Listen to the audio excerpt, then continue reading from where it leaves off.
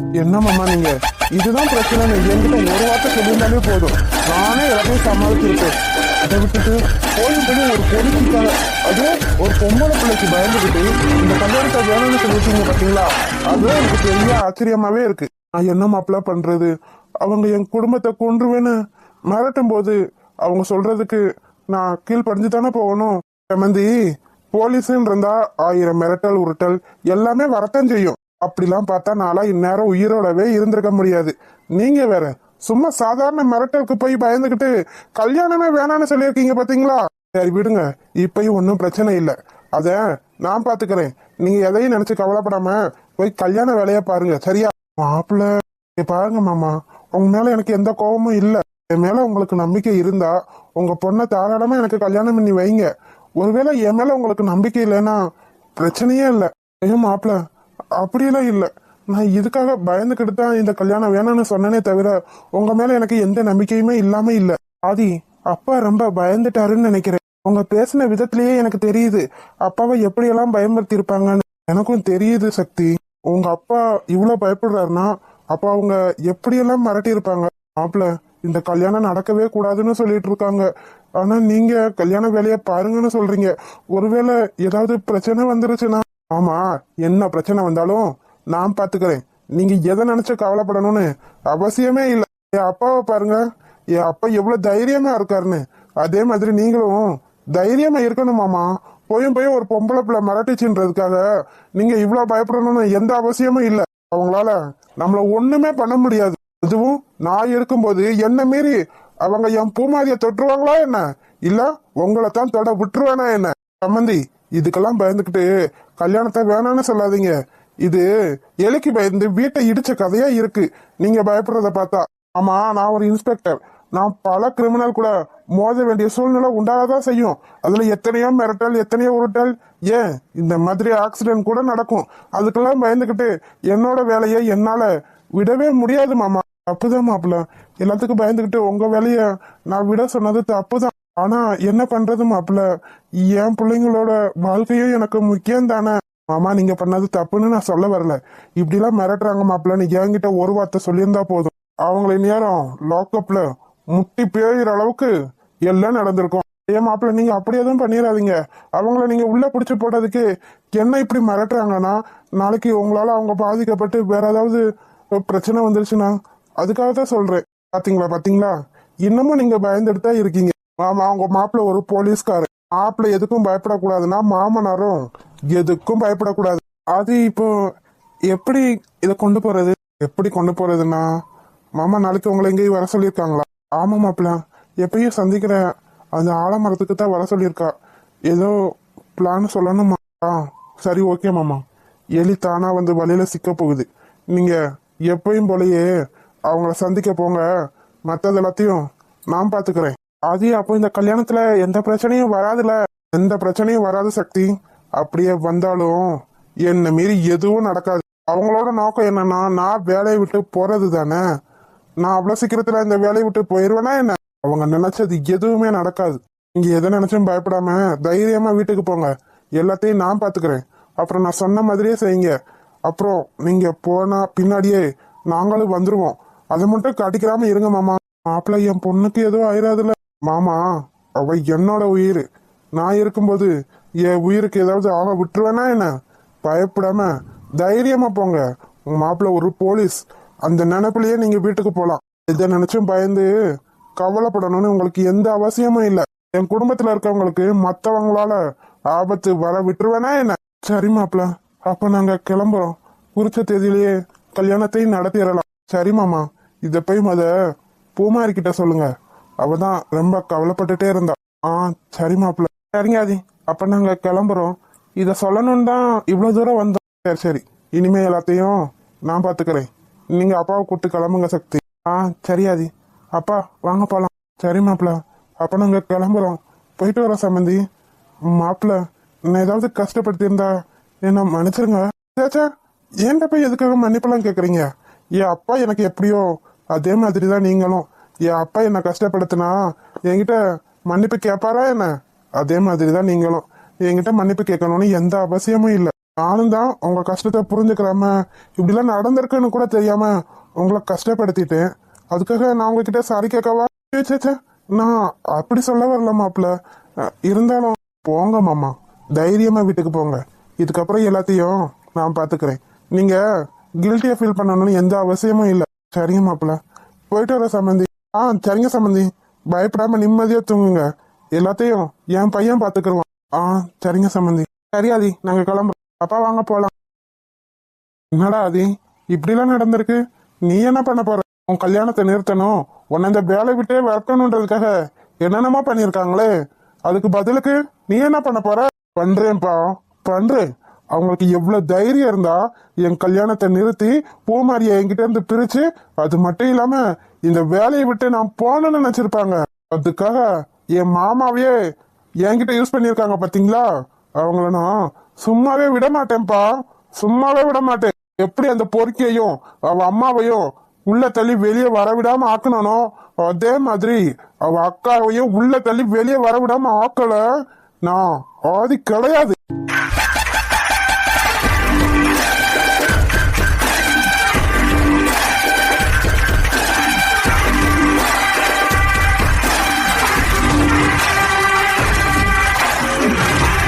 என்ன பண்றதுன்னு ஒண்ணுமே புரியல. திடீர்னு ஜில்லுவோட அப்பா வந்து என் பொண்ணை என்கிட்ட கூடன்னு கேக்குறானே, இப்ப நான் என்ன பண்றது? ஜில்லு இல்லாம என்னால ஒரு நாள் கூட இருக்க முடியாது. எனக்கு இருக்க 1000 பிரச்சனையில திடீர்னு இந்த ராஜேஷ் வேற வந்து பிரச்சனையை உண்டு பண்ணிட்டு இருக்கானே, இப்ப நான் என்ன பண்றது? ஒண்ணுமே எனக்கு புரியல. என் பொண்ணை நான் கொடுக்க முடியாதுன்னு சொன்னாலும் கேட்க மாட்டேங்கிறானே. நான் கோர்ட்ல டைவர்ஸ் போட்டு என் பொண்ணை வாங்கிட்டு வந்து எப்படி வாங்குறதுன்னு எனக்கு தெரியுனே. என்னையும் மிரட்டுறானே, இப்ப நான் என்ன பண்றது? இந்த விஷயத்த அம்மா கிட்டே சொன்னாலும் பிரச்சனை தான். என்னதான் பண்றது ஒண்ணுமே புரியலையே. மாப்பிள்ள, அந்த பொண்ணுதான் என்ன மிரட்டினது. என்ன சார் நீங்க போய் ஒரு பொம்பளை பிள்ளை மிரட்டினான்றதுக்காக எங்க சாரோட கல்யாணத்தையே நிப்பாட்ட பார்த்துருக்கீங்களே. Sorry sir. பொம்பளை பிள்ளைதான் மட்டும் தப்பா நினைக்கவே நினைக்காதீங்க அருண். பொம்பளை பிள்ளைங்க நினைச்சா எதை வேணா சாதிக்க முடியும். தெரியுது சார். சரி மாமா, நீங்க போய் பேச்சு கொடுத்துட்டு இருங்க. நாங்க கொஞ்ச நேரத்துல அவளை ரவுண்ட் அப் பண்ணி அரெஸ்ட் பண்ணிடுறோம். சரி மாப்பிள்ள, நான் அதை போறேன். பரவாயில்லையே, சொன்ன மாதிரி சொன்ன டயத்துக்கு வந்துட்டியே. இப்படித்தான் இருக்கணும். என்னம்மா பண்றது? என் பொண்ணோட வாழ்க்கைய நான் காப்பாத்தி தானே ஆகணும். இப்ப நான் என்ன செய்யணும்? எதுக்காக என்ன வர சொல்லியிருக்க? என்ன ஆளு பார்த்தா சரியில்லையே. உன் பேச்சுல ஒரு தெளிவு தெரியுதே. என்ன எதுவும் கோல்மால் வேலை பண்றியா என்ன? சேச்சே, நான் ஏமா அப்படி பண்ண போறேன்? நான் தான் நீ சொல்றதெல்லாம் செய்யறேனே, அப்புறம் நான் எதுக்காக அப்படி பண்ணணும்? அதெல்லாம் எதுவுமே இல்லையே. அப்படி எதுவும் பண்ணாம இருந்தா சரிதான். உனக்கு என்ன பத்தி நல்லா தெரியும்ல. ஏதாவது கிறுக்குத்தனமான வேலை பார்த்துட்டு இருந்தேன்னு வச்சுக்க, அப்புறம் உன் குடும்பத்தோட போய் சேர வேண்டியதான். போய் சேர வேண்டியது நீயா இல்ல அவரோட குடும்பமானே இப்ப தெரியும். ஐயோ, இவனா? இவன் எப்படிங்க? ஒருவேளை அந்த கலட்ட பையன் தான் அவனை கூட்டிட்டு வந்திருப்பானோ? இங்க இருந்து எஸ்கேப் ஆக. இந்த பக்கமும் எங்க மேடம் எஸ்கேப் ஆக பாக்குறீங்க? நாங்க உங்களை சுத்த போட்டுட்டோம். நீங்க எங்க கிட்ட வந்து வசமா மாட்டிக்கிட்டீங்க. ஐயோ போச்சு, வசமா வந்து மாட்டிக்கிட்டேன். இருக்க பிரச்சனையில இப்போ இந்த பிரச்சனை வேற. இப்ப நான் இவங்க கிட்ட இருந்து எப்படியாவது தப்பிச்சே ஆகணும், இல்லைன்னா என் குழந்தை அனாதை ஆயிரும். என்னம்மா என்ன யோசிச்சுட்டு இருக்க? எப்படா இவங்க கிட்ட இருந்து தப்பிக்கலாம்னு யோசிச்சுட்டு இருக்கியா? அது உன் கனவுல கூட நடக்காது. எவ்வளவு தைரியம் இருந்தா என் மாமனாரையும் மிரட்டி இருப்ப. எப்படி இந்த கல்யாணம் நின்று நான் கஷ்டப்படணும், இல்லைன்னா நான் இந்த வேலையை விட்டு போகணும், அப்படித்தானே? அது எந்த ஜென்மத்திலயும் நடக்காது. உங்களை மாதிரி எத்தனை கிரிமினல்ஸ் நான் என் வாழ்க்கையில பார்த்திருப்பேன். நீங்க இல்ல என் கால் தூசிக்கு கூட வர முடியாது. ஐயோ, நீ இப்படி எல்லாம் பண்ணுவேன்னு நான் நினைச்சு கூட பார்க்கல. என்ன சார் இவள பேச விட்டு வேடிக்கை பார்த்துட்டு இருக்கீங்க? முதல்ல இவள அரெஸ்ட் பண்ணுங்க. பாருங்க, என்ன உங்களால அரெஸ்ட் பண்ணவே முடியாது. நான் என்ன தப்பு பண்ணேன்? நான் என்ன தப்பு பண்ணேன்றதுக்கு உங்ககிட்ட என்ன ஆதாரம் இருக்கு? ஏம்மா, கையும் களவுமா மாட்டினதுக்கு அப்புறமும் கூட உன் திமிர் பேச்ச அடங்காதுன்னு பாதிக்கப்பட்டவரு உன் கண்ணு முன்னாடிதான் நின்றுட்டு இருக்காரு. அது உன் கண்ணுக்கு தெரியுதா இல்லையா? இவர் ஒரு கம்ப்ளைண்ட் கொடுத்தா போதும், உன்னை உள்ள தூக்கி வைக்கிறதுக்கு எங்களுக்கு எல்லா ரைட்ஸும் இருக்கு. ஓஹோ, இந்த ஆளு கம்ப்ளைண்ட் கொடுத்துருவானா என்ன? நான் கொடுக்க விட்டுருவானா என்ன? நான் இருக்கும்போதே என் மாமனார நீ இப்படி மிரட்டினா நான் இல்லாத நேரத்துல நீ எப்படி எல்லாம் மிரட்டி இருக்க மாட்டேன். ஆமா, இவன் மேல உங்களுக்கு என்ன பயமா? ஆஹா, இல்ல மாப்பிள, நீங்க இருக்கும்போது இவளை பத்தி நான் எதுக்காக பயப்படணும்? நான் தாராளமா கம்ப்ளைண்ட் கொடுக்கறேன் மாப்பிள. சரி, நான் தப்பு பண்ணேன்தான், பரவாயில்ல. ஆனா நான் ஒரு பொண்ணு, என்ன அரெஸ்ட் பண்றதுக்கு ஒரு பொம்பளை கான்ஸ்டபிள் தான் வரணும். அதனால உங்களால என்ன எதுவும் பண்ண முடியாது. பாத்தீங்களா சார், எவ்வளவு திமிரா பேசிட்டு இருக்கானு. போலீஸ் ஸ்டேஷன் வா, உன் வாய் திமிரலாம் போலீஸ் ஸ்டேஷன்ல வச்சு எப்படி அடக்கணும்னு எனக்கு தெரியும். ஏம்மா, உனக்கு முன்னாடி நாங்க போலீஸ். நான் இவ்ளோ பிளான் பண்ணவே இத பிளான் பண்ணாம எப்படி வருவேன்? அப்போ போலீஸ் கான்ஸ்டபிளோட தான் வந்திருப்பாங்களோ? கான்ஸ்டபிள், இங்க பாருங்க, வேண்டாம். என்ன இவ்ளோ நேரம் எகிரி குதிச்சிட்டு இருந்த, இப்ப வேணான்னு பயந்து ஒதுங்குற? என்ன விட்டுருங்க ஆதித்யா, நான் இனிமே உங்களோட எந்த விஷயத்திலையும் தலையிட மாட்டேன். தயவு செஞ்சு என்ன விட்டுருங்க. ஓஹோ, இவ்வளவு நீ வாய் பேசுவ, எல்லாத்தையும் மிரட்டுவ, எங்க சாரோட கல்யாணத்தையும் நிப்பாட்டுவ, அதுக்கெல்லாம் பார்த்து நாங்க பயந்துட்டு உன்னை சும்மா விட்டுறணும். இங்க பாருங்க ஆதித்யா, எனக்கு ஒரு பொண்ணு இருக்கு. இப்ப நீங்க என்ன அரெஸ்ட் பண்ணி கூட்டிட்டு போனா என் பொண்ணோட நிலைமை என்ன ஆகும்? உங்க பொண்ணோட நிலைமை என்ன ஆனா எனக்கு என்ன? என் வாழ்க்கையை நாசமாக்கணும்னு நினைச்ச உங்களுக்கு நான் எதுக்காக பாவம் பார்க்கணும்? அதனால உங்களை அரெஸ்ட் பண்ணி உள்ள தள்ளியே ஆகணும். தயவு செஞ்சு என்ன விட்டுருங்க ஆதித்யா, இனிமே உங்க பக்கம் கூட நான் வரவே மாட்டேன். அக்கா, இன்னும் என்ன பாத்துக்கிட்டு இருக்கீங்க? அரெஸ்ட் பண்ணுங்க. Okay sir.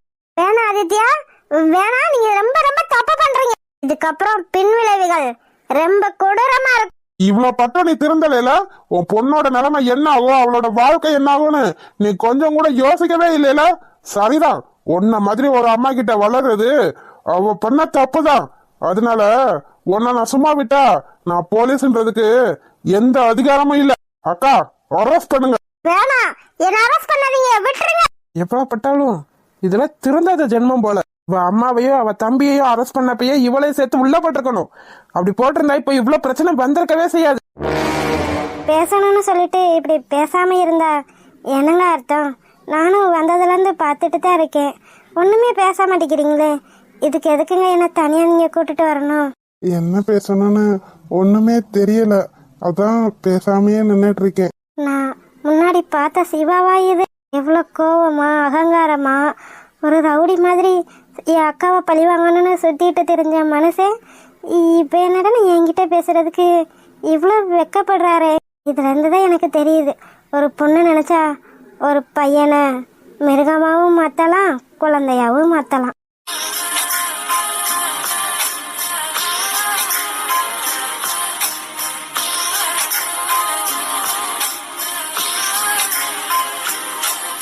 சிவா, நான் வேணா போயிடவா? ஐயோ, வேணாம் போயிடாதீங்க. என்னங்க, நானும் வந்ததுல இருந்து பாத்துட்டே தான் இருக்கேன். ஏதாவது பேசுவீங்கன்னு பார்த்தா ஒண்ணுமே பேச மாட்டேங்கிறீங்களே. பின்ன எதுக்காக என்ன தனியா கூட்டு வந்தீங்க? இல்ல இசை, நீங்க பக்கத்துல இருந்தாலே ஒரு மாதிரி ஃபீல் ஆகுது. இதுக்கு பேர் என்னன்னு எனக்கு தெரியல.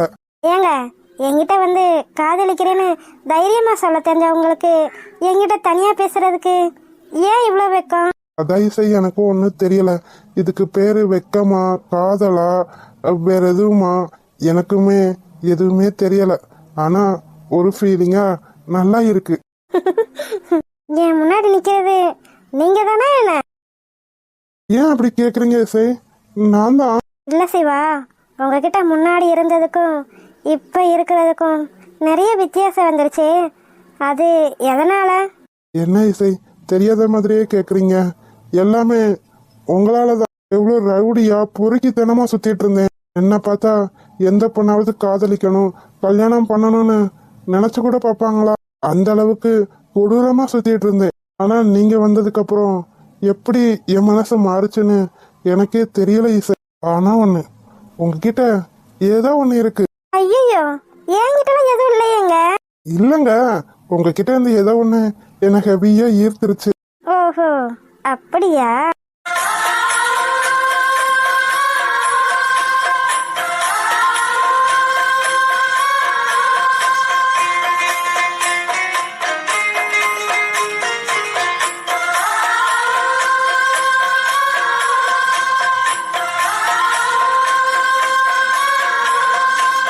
இசை, நான் கேட்டா நீங்க தப்பா நினைச்சுக்கிற மாட்டீங்களே? ம், கேளுங்க. நீங்க சொன்ன மாதிரியே என் அப்பா என் அம்மா சம்மதத்தோட உங்களை வந்து பொண்ணு கேட்டிருக்கேன். இப்ப சொல்லுங்க, உங்களுக்கு என்ன பிடிச்சிருக்கா? பிடிக்கலன்னு சொன்னா வேணான்னு சொல்லிடுவீங்களா என்ன? என்ன இசை இப்படி சொல்லிட்டீங்க? அப்போ என்ன பிடிக்கலையா? நீங்க தானே சொன்னீங்க உன் அம்மா அப்பாவோட சம்மதத்தோட என்ன வந்து பொண்ணு கேளுங்க, அப்புறம் பார்க்கலான்னு சொன்னீங்களே. இப்ப என்னடா இப்படி பேசிட்டு இருக்கீங்க? இசை, நீங்க சீரியஸா தான் பேசுறீங்களா? இருங்க இருங்க, பொறுமையா இருங்க. ஹார்ட் அட்டாக் எதுவும் வந்துட போகுது. நான் சும்மா ஒரு பேச்சுக்கு சொன்னேன். நீங்க என்னடா இவ்வளவு சீரியஸ் ஆயிட்டீங்க? இசை, இப்பெல்லாம் என்கிட்ட விளையாடாதீங்க இசை. உண்மையாவே எனக்கு ஹார்ட் அட்டாக் வந்துடும் போல. பா, இதுக்கு நான் எவ்வளவு கஷ்டப்பட்டிருக்கேன்னு எனக்கு தான் தெரியும். நீங்க என்னடா அசால்ட்டா விளையாட்டுக்குன்னு சொல்லிட்டு இருக்கீங்க. கொஞ்ச நேரத்துல எவசர பரலவம் பண்ணாலும் போயிருந்திருக்கும். ஏன் சிவா, உங்களோட இந்த குழந்தைத்தனத்தை எல்லாம் எங்க ஒளிச்சு வச்சிருந்தீங்க? எனக்கு தெரிஞ்சு நான் பார்த்ததெல்லாம் உங்க கோபம், உங்க திமிரு, உங்க முரட்டுத்தனம், இதையெல்லாம் தான் நான் பார்த்திருக்கேன். ஆனா என்னால நீங்க இப்படி மாறுறதுக்கு காரணம் என்னன்னு நான் தெரிஞ்சுக்கலாமா? அதுதாங்க எனக்கும் ஒண்ணுமே புரியல. என்னோட முரட்டுத்தனம், கோபம், என்னோட பிடிவாதம் இதெல்லாம் இப்ப எங்க போச்சுன்னே தெரியல. என்னை பொறுத்த வரைக்கும் இப்ப எனக்கு நீங்க மட்டும்தான் முக்கியம். நீங்க மட்டும்தான் என் கண்ணுக்குள்ள தெரியுறீங்க. நீங்க மட்டும்தான் என் மனசுலயும் இருக்கிறீங்க. இனிமே என் வீட்லயும் என் கூட இருக்கணும்னு ஆசைப்படுறேன்.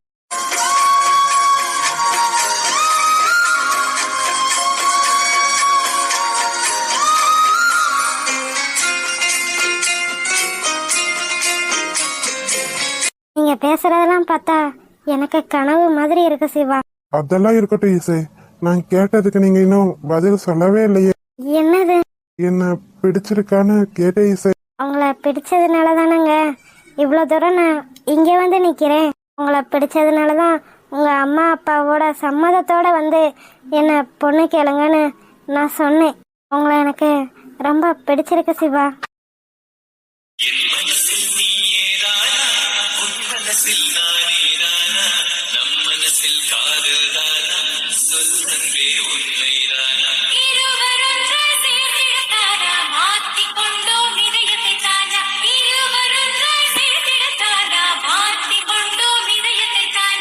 உங்ககிட்ட இருந்து இப்படி ஒரு பதில் வரும்னு நான் எதிர்பார்க்கவே இல்லை இசை. ஆனா ஒன்று, நான் உங்ககிட்ட இதை பேசியே ஆகணும். என்ன பேசணும்? பேசுங்க. என்னடா இவ இப்பெல்லாம் பேசுறாளேன்னு மட்டும் தப்பா நினைச்சிடாதீங்க சிவா. என்னதான் எனக்கு உங்களை பிடிச்சிருந்தாலும், உங்களை பிடிச்சி கல்யாணம் பண்ணணும்னு நினைச்சாலும் என் மனசுலயும் 1000 எண்ணங்கள் இருந்துட்டு தான் இருக்கு. இசை, எனக்கு ஒன்றும் புரியல. என்ன நீங்க தப்பா நினைக்காதீங்க. உங்களை பிடிச்சிதான் நான் கல்யாணம் பண்ணிக்கிறேன், இல்லைன்னு சொல்லல. ஆனா என்னோட பாஸ்ட்ல எவ்வளவு நான் கஷ்டப்பட்டிருக்கேன்னு எனக்கு மட்டும்தான் தெரியும். அதனால என்னோட பாஸ்ட பத்தி நீங்க பேசவே கூடாது. எந்த சூழ்நிலையிலையும் எந்த பிரச்சனை வந்தாலும் என்னோட பாஸ்ட பத்தி நீங்க என்கிட்ட சொல்லி காட்டவே கூடாது. ஒருவேளை நீங்க அப்படி சொல்லி காட்டிட்டீங்கன்னா என் மனசு தாங்காது.